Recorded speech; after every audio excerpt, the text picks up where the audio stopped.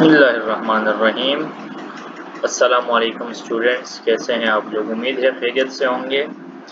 और आज का जो न्यू टॉपिक है हमारा, पिछले टॉपिक में आपको हमने हिस्ट्री पढ़ाई थी और आज हम आपको स्ट्रक्चर के बारे में और उसके कुछ कैरेक्टरिस्टिक्स बताएंगे।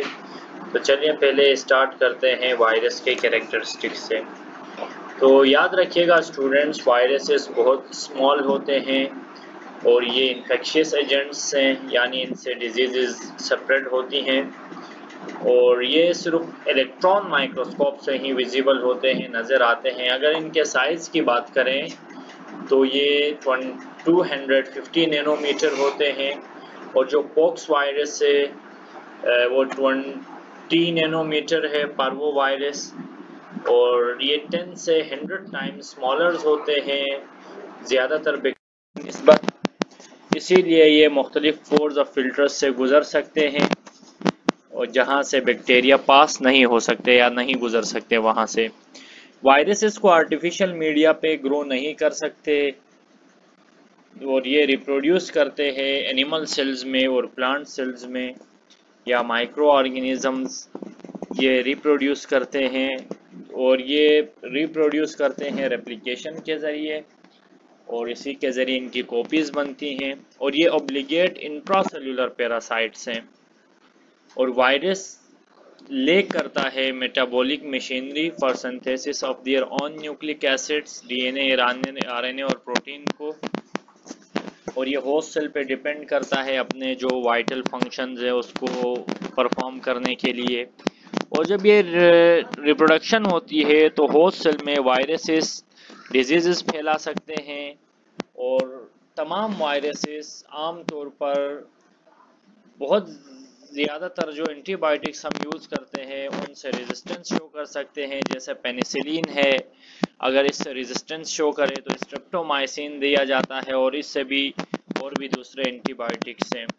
तो ये तो थे कुछ कैरेक्टर स्टूडेंट्स, तो ये भी आपको याद होने चाहिए। अब हम आपको स्ट्रक्चर की बात करते हैं कि यानी कैसा लगता है जब हम उसको वायरस को देखते हैं, कैसे वो नज़र आता है, वो सारा उसके स्ट्रक्चर में आता है। तो याद रखिएगा, एक कंप्लीट मैच्योर और इन्फेक्शियस पार्टिकल को वायरियन कहते हैं और ये एक तो इसमें देखें कंपोज्ड है सेंट्रल कोर, दरमियानी जो जगह है वहाँ न्यूक्लिक एसिड है, डीएनए और आरएनए वहाँ पे पाए जाते हैं और इसको जीनोम भी कहा जाता है। और इस न्यूक्लिक एसिड को सराउंड किया है एक प्रोटीन कोट ने जिसे हम कैप्सिड कहते हैं, और कैप्सिड की वजह से ही वायरस की खास शेप बनती है और ये प्रोटीन सब यूनिट से मिलकर बने हैं स्टूडेंट्स, याद रखिएगा, जिन्हें हम कैप्सोमेयर्स कहते हैं।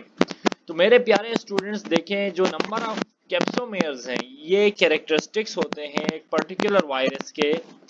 अभी हम अगर मिसाल के तौर पर 162 जो कैप्सोमेयर प्रेजेंट होते हैं पाए जाते हैं हर्पेस वायरस के कैप्सिड में, जबकि एडिनो वायरस में 252 कैप्सिड्स पाए जाते हैं जो कॉमन कोल्ड कॉज करता है। अब एनिमल वायरसेस की बात करें तो जो न्यूक्लियो कैप्सिड है, nucleic acid and capsid covered करता है एनादर मेम्ब्रेन के जरिए जो डिराइव करते हैं होस्ट सेल से।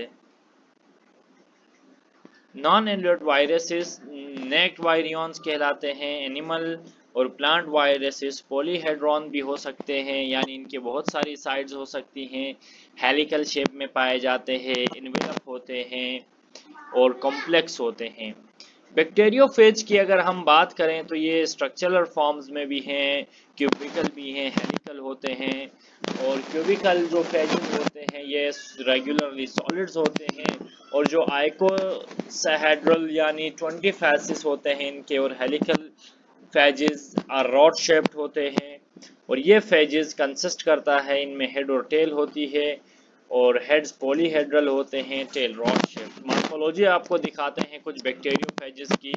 ये देखें, वैक्सीना वायरस ऐसे नज़र आता है, पैरामिक्सो वायरस से, हर्प्स वायरस से, orf virus, rhabdo virus, T एवेनकाइलोफेज, फियोक्सस tail phage, influenza virus, polyoma virus, picorna virus और ट्यूबुलो वायरस। तो ये सारे टाइप्स ऑफ हमारे पास डिफरेंट वायरसेस हैं। तो ये था स्टूडेंट्स, तो ये आप चीज़ें याद कर लें और इनको याद दहानी कर लें ताकि आपको मज़ीद आगे जो टॉपिक्स आएंगे वो समझने में आपके लिए आसानी पैदा हो। अभी तक हमारे YouTube चैनल को सब्सक्राइब नहीं किया तो साइंस इन्फो बाय आबिद को सब्सक्राइब कर दें।